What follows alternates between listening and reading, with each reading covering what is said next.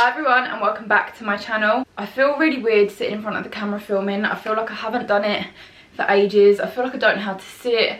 Something's happened to my tripod, so if my camera's wonky, I really don't know what is actually going on. But yeah, I feel like I've been putting off filming this video. I didn't upload last week and I just feel, I don't know, I feel like where I had a little bit of time off filming, I don't know, I just feel like I've got the fear a little bit. So yeah, I haven't actually filmed anything since probably like the start, well, midway through December.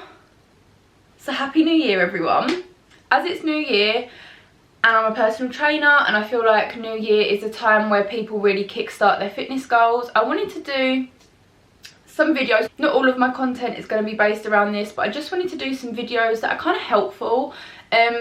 I feel like when I was starting my fitness journey, watching other people's videos really helped me. So I just wanted to do some videos that I feel like are going to help people. I'm still going to do like my usual vlogs and things like that, but I do want to try and do a little bit more fitness content this year, because I feel like last year I do like some what I eat in a days, maybe show a workout here and there, but I want to make some videos that are going to help people. I am going to be doing some what I eat in a days coming up and probably talking about my workout split as well, just because my bulk is coming to an end in, oh thank god, about a month's time.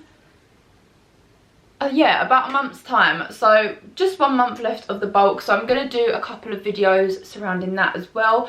But today's video, I actually have got like some stuff written down, just because if you're a subscriber of mine, I'm so bad at going just like off track. So today's video is going to be things that you should know before starting your fitness journey. I wasn't sure whether to say like top tips for starting your fitness journey, but then I panicked and I was like, are these my top tips? I don't know, these are just like tips that I can think of off the top of my head, but my head is just everywhere.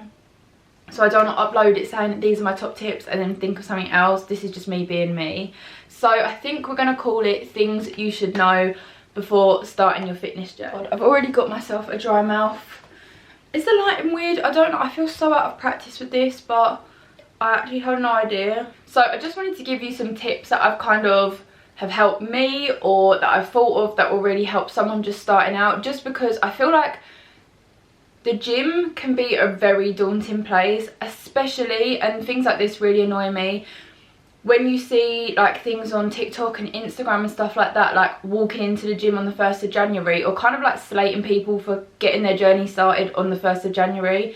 I feel like there's this whole thing around the gym and how the people that start in January don't carry on or do everything wrong and stuff like that, and it really aggravates me, because I feel like, I don't know, I just feel like just help people. Like, everyone starts somewhere, which is one of my points that I'm going to go on to, but it really shouldn't be a daunting place. So I feel like if I can give some people tips that perhaps just help them get the ball rolling or help them walk into the gym with confidence, then I'll be doing my job right. And if you are one of the people that post all this stuff about like the gym in January and stuff like that, like get a grip. That's all I have to say, is just get a grip.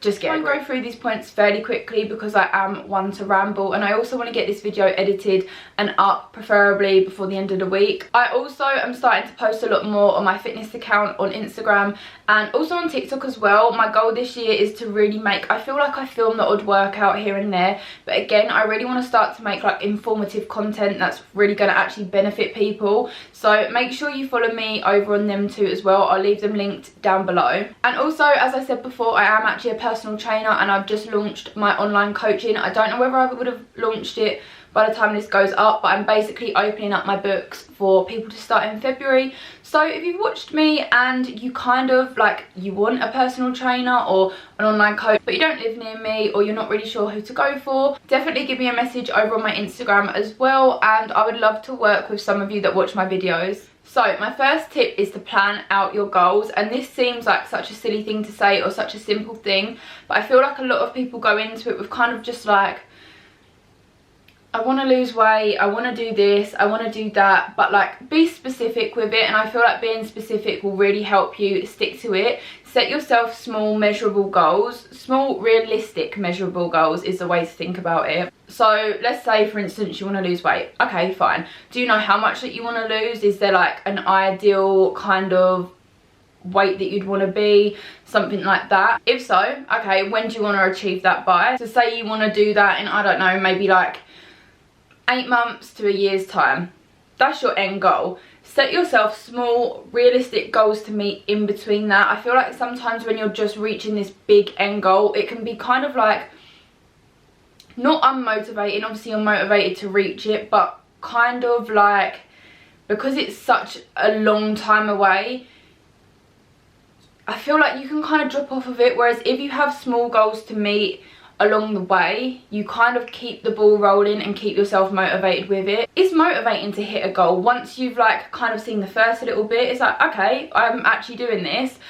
Let's set another goal for like a month, 2 months time. Let's go and meet that as well. And you'll kind of just, eventually you'll be at the end goal without even kind of realizing it, because you've had all these little ones in the middle. Also, when you're planning out your goals, think of specifically what you want to achieve. Do you want to lose weight? Do you want to gain weight? Do you want to gain muscle? Do you want to start a running journey? Do you just want to improve fitness overall? Like, there's so many things that come under a fitness journey.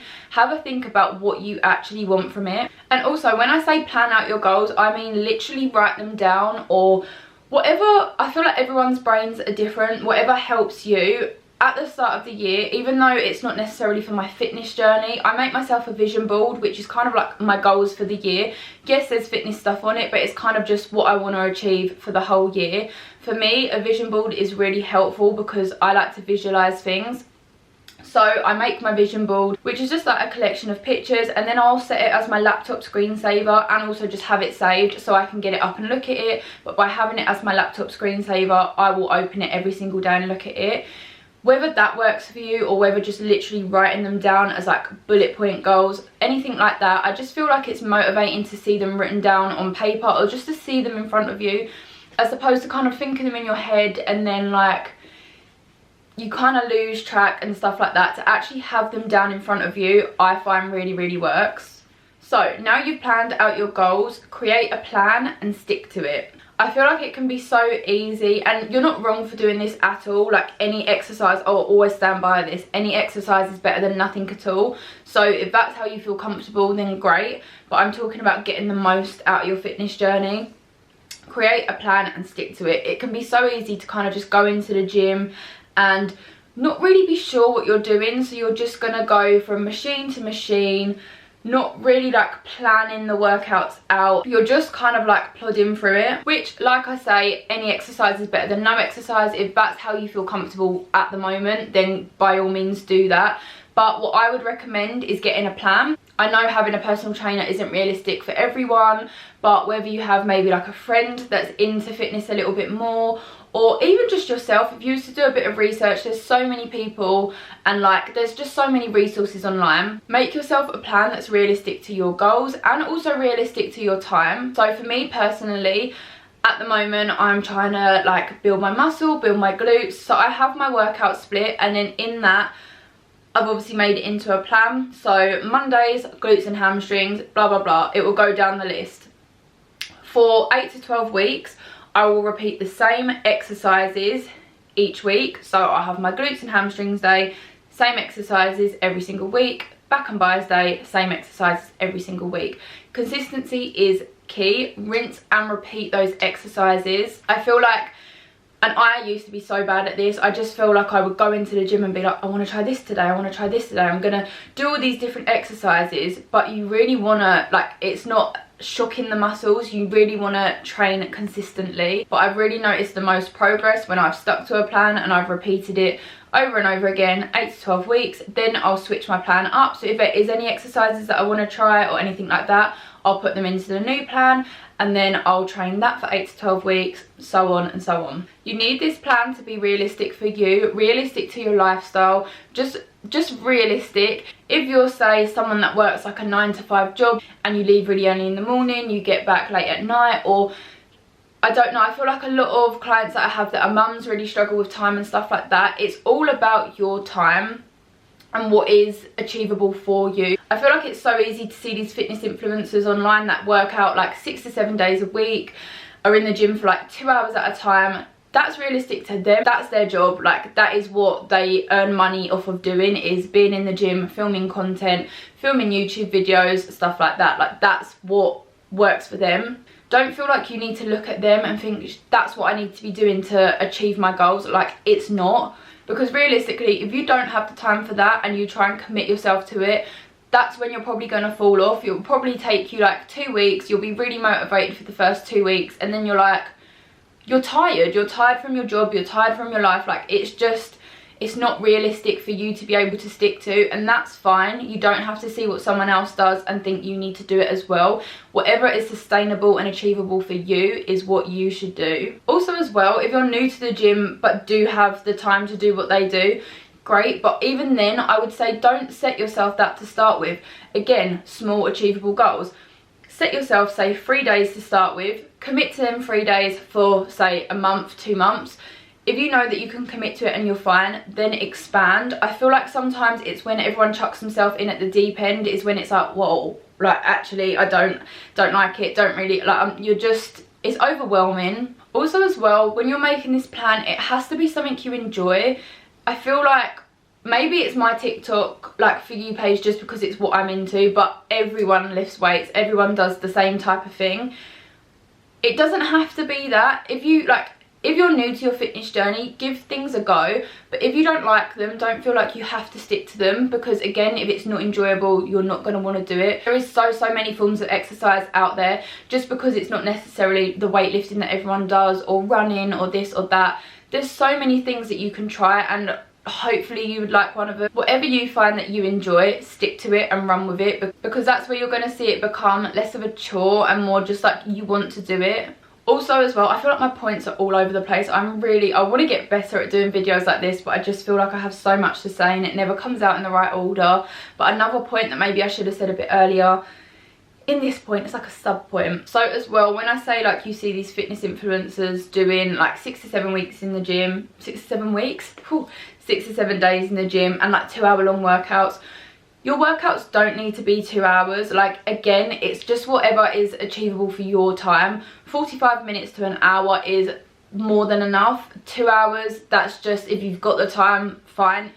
So my next point is food is fuel. We don't want to be seeing no restrictive diets over here whatsoever. I feel like my main thing is you want to see this as a lifestyle change, not just a diet, which is when your mindset towards it is really going to shift.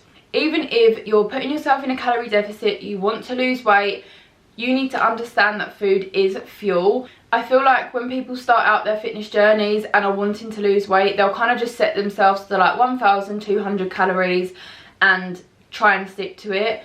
That's not enough food. Same as with the exercise, you really want to plan this out as well. So do you want to lose weight, eat in a calorie deficit? Do you want to gain weight, eat in a calorie surplus? Do you want to maintain weight, find your maintenance calories? So again, it's very easy to see what someone else does and just go with that. I know I post a lot of what I eat in a day, and I feel like I've stopped sharing calories as much, or if I do, I share the little disclaimer at the start of it.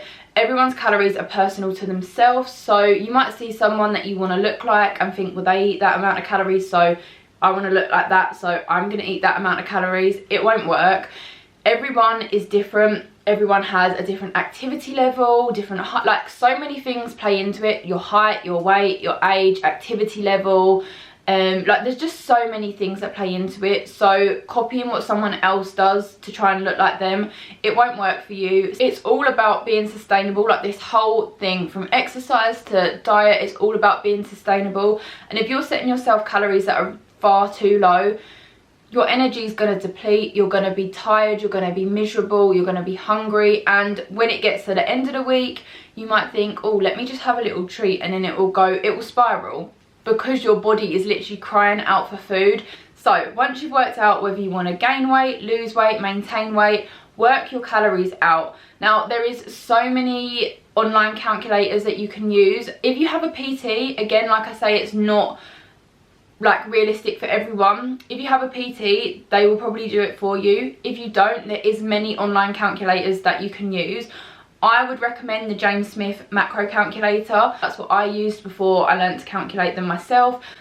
And please, if you feel like you're really not sure, come to me. I would so much rather someone come to me and I can help them eat the right amount, as opposed to just finding some random person online and not eating enough. Once you've figured out your calories and like your protein and things like that, it's really up to you what you do from there. Again, it's down to what works for you. For me, because I'm at home quite a lot of the time, I didn't initially feel like I really needed to plan stuff out. However, towards the end of my last cut, and also now I've got into a bulk, I really found it a lot easier, not necessarily to meal prep, but to write my meals out for the week. Doesn't mean you have to stick to this like it's Bible, but what I would do, I feel like I've shown it in a couple of what I eat in a days, but I would literally, do I have any in this one? No. I used to write it out in a notepad and leave it on my side, but I would plan. So I know what food's in the fridge, I know what meals I like, and I feel like you kind of get into the swing of things. Like breakfast, I had maybe 3 on rotation, snacks were always the same. It was just like dinners and lunches. But what I would do on a Sunday, say I knew I really fancied this for dinner one night. Okay, I'm going to write that in. I'm probably going to have this for breakfast. Let's put it into MyFitnessPal and let's think of a lunch that's going to fit in my macros. And that's how I would find that it works for me. It meant that I didn't get really hungry one night and think, oh, what am I having? And I'm so bad with that. Like, I'd get hungry, I'd get frustrated, and then I'd just binge on something whilst I was still trying to think of a healthy meal. So that's one way you can do it. You can plan it out, put it into MyFitnessPal at the start of the week, and then also you can still chop and change it. You don't have to stick to that. Like I said, I would plan it out, but if there was maybe something that I fancied instead that day, you can delete what you've put in, see how many calories you've got left and make it work. It's just so you kind of have like a base for the week. And then, like I said, now I've gone into a bulk, meal prepping has really been my best friend. I didn't necessarily want to do it because it used to just make me feel sick, but once you found meals that you love, again, it doesn't have to be like chicken and veg, chicken and rice, like salads and stuff like that. Whether you're in a deficit, no matter how you're eating, it doesn't have to be boring. So once I found meals that I liked, it made it so much easier for me whilst I was in a bulk to prep, just because otherwise I felt like I was constantly cooking, eating, cooking, eating. So I found that that really helped for me. And also, again, if you're someone that works full time, has a busy life, meal prepping will really help because you can just get it all out the way on a Sunday and then just grab things as the week goes, and it will just limit the temptation to kind of go off onto something else. But also, like I just said, especially when you're being in a deficit, I feel like that's where it really comes in. Like, foods are boring, it's miserable, you have to just eat salad, like eggs, chicken breast, stuff like that. It doesn't have to be boring. You can still enjoy the foods that you love. How I used to work it is, if I knew, like, I know, especially at that point, I had a really, really big sweet tooth. So I would always leave myself a couple of calories, so at the end of the night I could have myself like a chocolate bar. Don't get me wrong, it's not healthy, but if it's the thing that's going to help you stick to it, like I say, it's a lifestyle change, not a diet. You don't need to be cutting out carbs, you don't need to be cutting out chocolate, you just don't need to be viewing food as bad food. No food is bad food.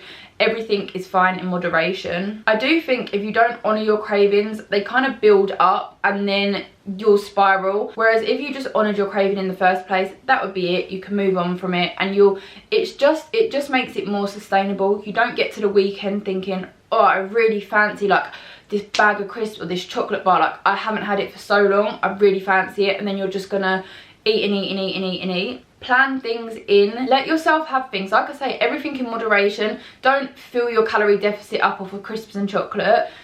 It's about being balanced. Cutting things out would just make you miserable, and it would just make you want to quit straight away. I feel like I'm really stumbling over my words today and it's aggravating me, but I feel like I touched on this tip very slightly at the start. But don't compare your journey to anyone else. It's, again, like I say, so easy to see all these people online, they look a certain way, or just to look at someone in the gym and be like, wow, they can lift so heavy, or they just look so good doing it. You can't compare your journey to anybody else's. You looking at that person, you're putting yourself down, but also you don't know how long these people have been training. They could have trained for like 7 years to get that way. It's not, it's your chapter 1. It could be their chapter like 200. Do you know what I mean? You don't know how long they've been doing it for, and I feel like to just compare yourself, comparison is the thief of joy. comparing yourself, it's just, you're putting yourself down. Worry about yourself. You are you, and you're on your own journey, the same as they're them, they're on their own journey. You might not even be like training for the same type of thing, you might not have the same type of goals. I feel like social media is so bad for this, and I have definitely like fallen victim to this, and I would say I still do. I feel like it's just kind of, it's just the thing with social media, like, it's just so easy to scroll through social media and just think, oh, I wish I looked like them, I wish like I could lift as heavy as them, I just wish, like, do you know what I mean? It's so easy to compare yourself, but it's not going to help you in any way. Kind of like a sub point, I feel like this follows on. I feel like this might be what I said at the start of the video, but everybody starts somewhere. The gym can just be such an intimidating place, and I suppose it depends what type of gym you go to, and depends how many are near you, but I would recommend like going around and having a look around a couple first. Some gyms I've found can just be so intimidating, and it depends again what type of person you are and how you react to things like that. But there's been gyms that I've gone in when I first started and I was just like, I know I will literally dread coming here because it's so intimidating for me. But aside from that, even though sometimes it seems really intimidating, obviously sometimes like you get them people, it can be intimidating. A lot of the time these people are actually really nice and just want to help and like see you do well. I suppose you do get them types of people that are like, why are you in my gym, I'm this, I'm that, like whatever. But a lot of the time people are really nice. It's just like, I'm the worst for a resting bitch face when I'm in the gym, and I'm really trying to break the habit of that, like make the effort to smile at people. The thing is, sometimes I feel like I'm smiling and people are like, you literally just stared straight through me, and I feel like I'm smiling, so there's an issue there. But sometimes you'll just get people like me that are really, like, I really just want to speak to people, but my face just says otherwise. But these people, they wasn't born knowing what to do either. Like, I feel like a lot of people, I like to think a lot of people are very aware that they wasn't born knowing how to do everything, and everybody starts somewhere. I feel like a lot of the times you feel like people are staring at you, or people are looking at you thinking like, what is she doing? But I promise you now, no one is staring at you, and it's so, like I say, it's intimidating. You feel like everyone's looking at you thinking, what is she doing? But realistically, everybody is just worried about themselves in there. Everyone is focused on their own workout. Everyone's got their own goals, everyone's chasing to be where they need to be. But like I say, everyone in that gym at some point has been a beginner like you. Please don't feel scared to ask someone for help. Most gyms have PTs walking around that are always happy to help.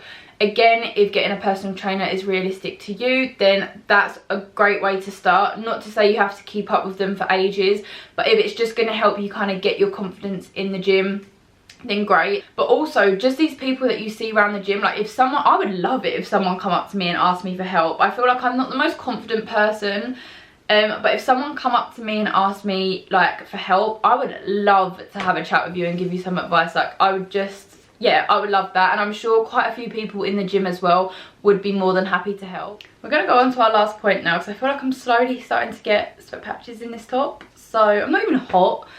But motivation will only get you so far. There are days, especially at this time of year, where it's dark mornings, it's cold weather, you don't want to get yourself up and do that workout. If you have early workouts, you don't want to get up. If you have late workouts because you work through the day or whatever, you get home from work and you don't want to go to the gym. That's the last thing you want to be doing. You're not motivated to do it.